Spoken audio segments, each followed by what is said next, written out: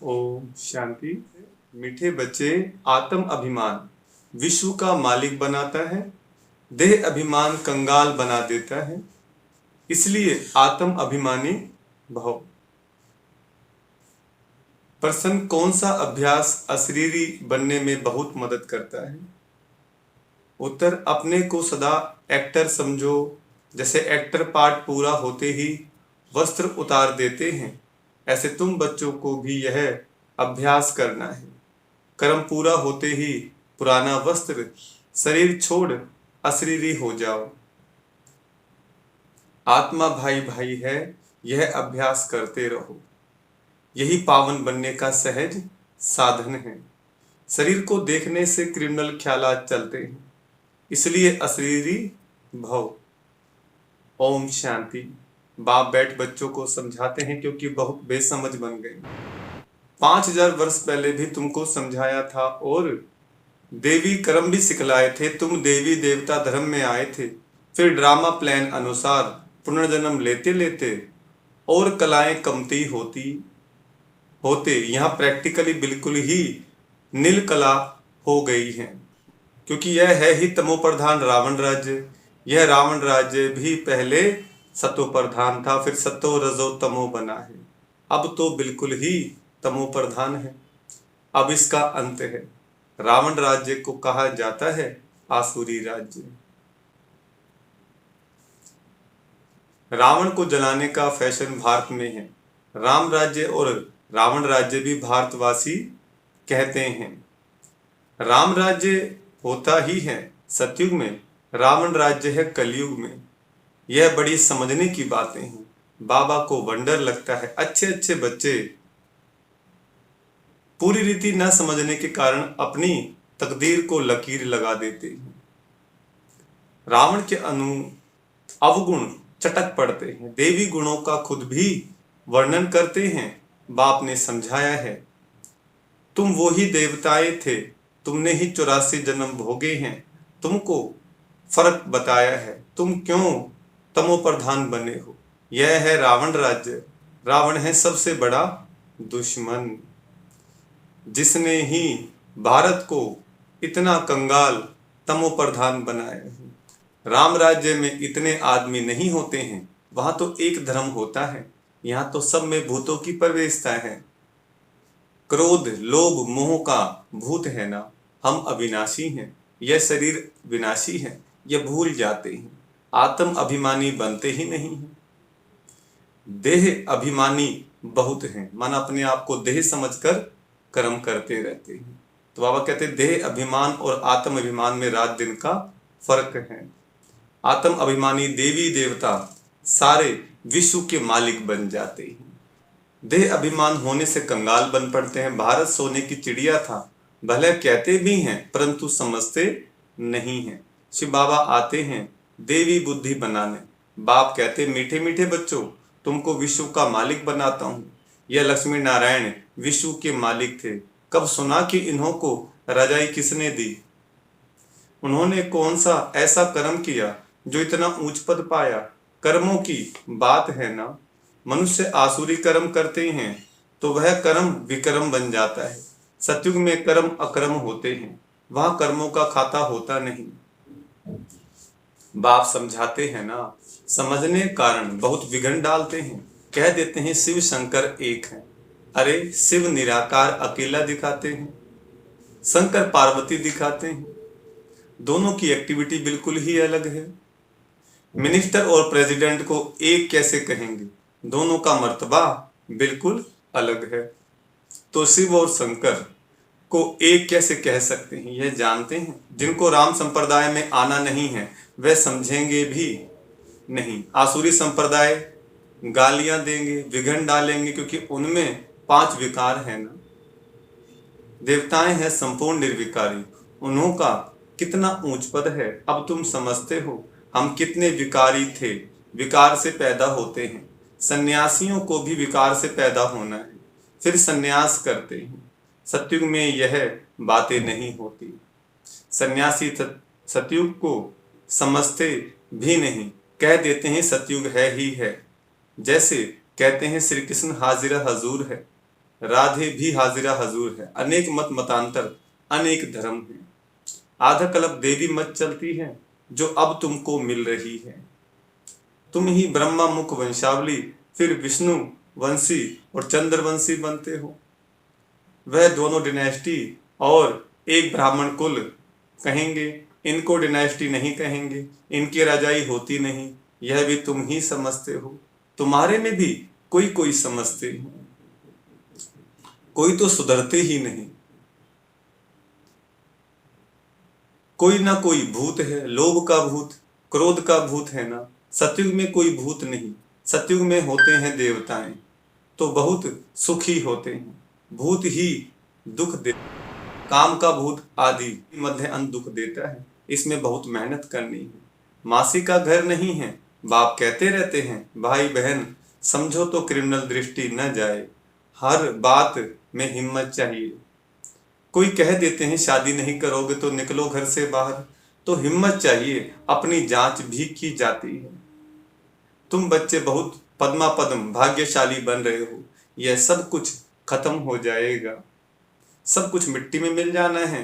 कोई तो अच्छी हिम्मत रख चल पड़ते हैं, कोई तो हिम्मत रख फिर फेल हो जाते हैं।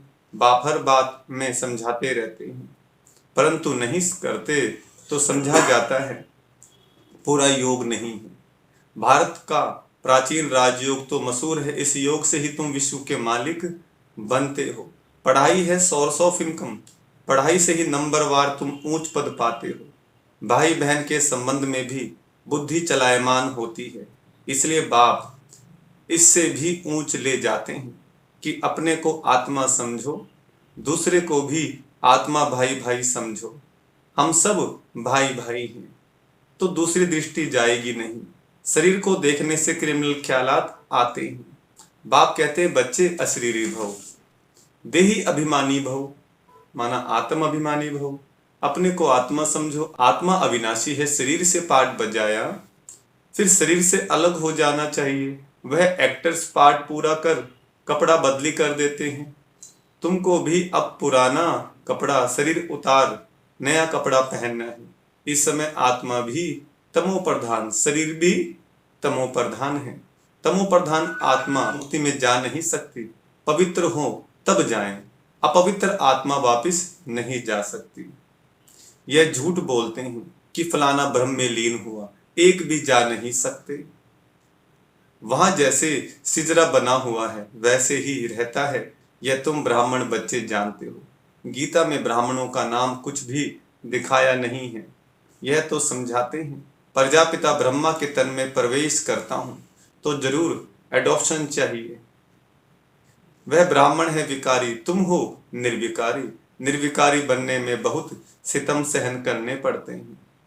यह नाम रूप देखने से बहुतों को विकल्प आते हैं। भाई बहन के संबंध में भी गिर पड़ते हैं। लिखते हैं बाबा हम गिर पड़े हैं, काला मुंह कर लिया। बाप कहते हैं वह हमने कहा भाई बहन होकर रहो, तुमने फिर यह खराब काम किया, उसकी फिर बड़ी कड़ी सजा मिल जाती है। वैसे कोई किसको खराब करते हैं तो उनको जेल में डाला जाता है। भारत कितना पवित्र था जो मैंने स्थापन किया, उनका नाम ही है शिवालय। यह ज्ञान भी कोई में नहीं है। बाकी शास्त्र आदि जो हैं वह सब भक्ति मार्ग के कर्मकांड हैं। सतयुग में सब सदगति में हैं, इसलिए वहां कोई पुरुषार्थ नहीं करते, दुर्गति में हैं। गंगा स्नान करने जाते हैं तो गंगा का पानी सदगति देगा क्या, वह पावन बनाएगा क्या, कुछ भी जानते नहीं। तुम्हारे में भी नंबरवार हैं, कोई तो खुद नहीं समझते तो दूसरों क्या समझाएंगे। इसलिए बाबा भेजता नहीं, गाते रहते हैं बाबा आप आएंगे तो आपकी श्रीमत पर चलकर देवता बनेंगे। देवताएं रहते हैं सतयुग और त्रेता में, यहाँ तो सबसे जास्ती काम विकार में फंसे हुए हैं। काम विकार बिगड़ रह नहीं सकते। यह विकार है जैसे माई बाप का वर्षा, यहाँ तुमको मिलता है राम का वर्षा, पवित्रता का वर्षा मिलता है, वहां विकार की बात नहीं होती। भक्त लोग कहते हैं श्री कृष्ण भगवान है, तुम उनको 84 जन्मों में दिखाते हो। अरे भगवान तो निराकार है, उनका नाम शिव है। बाप कितना अच्छी रीति समझाते हैं, तरस भी पड़ता है, रहम दिल है ना। यह कितना अच्छे समझदार बच्चे हैं। भव का भी अच्छा है, जिसमें ज्ञान और योग की ताकत है तो वह कशिश करते हैं। पढ़े लिखे को सत्कार अच्छा मिलता है, अनपढ़े को सत्कार नहीं मिलता है। यह तो जानते हो इस समय सब आसुरी संप्रदाय हैं, कुछ भी समझते नहीं। शिव और शंकर का अंतर को बिल्कुल क्लियर है। वह मूल वतन में, वह सूक्ष्म वतन में, सब एक जैसे कैसे होंगे। यह तो तमो प्रधान दुनिया है। रावण दुश्मन है आसुरी संप्रदाय का, जो आप समान बना देता है। अब बाप तुमको आप समान देवी संप्रदाय बनाते हैं। वहां रावण होता नहीं, आधा कल्प उनको जलाते हैं।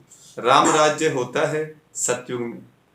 गांधी जी राम राज्य चाहते थे, लेकिन वह राम राज्य कैसे स्थापन कर सकते। वह कोई आत्म अभिमानी बनने की शिक्षा नहीं देते थे। बाप ही संगम पर कहते हैं आत्म अभिमानी बनो, यह है उत्तम बनने का युग। बाप कितना प्यार से समझाते रहते हैं, घड़ी घड़ी कितना प्यार से बाप को याद करना चाहिए। बाबा आपकी तो कमाल है, हम कितने पत्थर बुद्धि थे, आप हमको कितना ऊंच बनाते हो। आपकी मत बिगर हम और किसकी मत पर नहीं चलेंगे। पिछाड़ी को सब कहेंगे बरोबर ब्रह्मा कुमार कुमारियां तो देवी मत पर चल रही हैं। कितनी अच्छी अच्छी बातें सुनाते हैं, आदि मध्य अंत का परिचय देते हैं, कैरेक्टर सुधारते हैं। अच्छा, मीठे मीठे सिकलदे बच्चों प्रति माता पिता बाप दादा का याद प्यार और गुड मॉर्निंग। रूहानी बाप की रूहानी बच्चों को नमस्ते।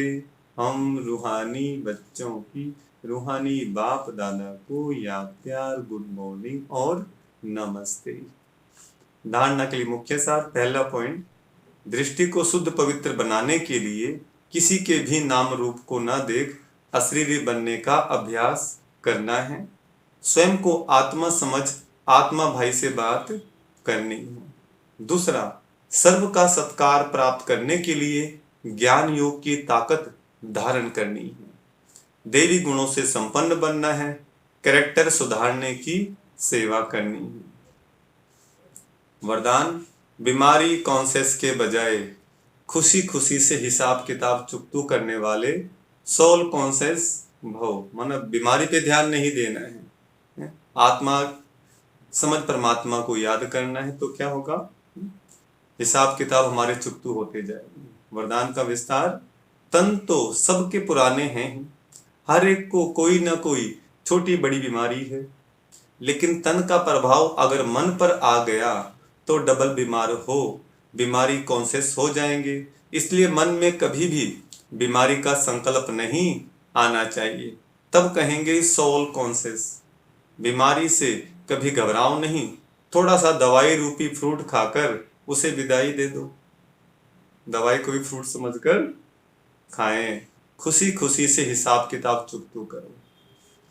स्लोगन है, हर गुण हर शक्ति का अनुभव करना, अर्थात अनुभवी मूर्त बनना। अच्छा, ओम शांति।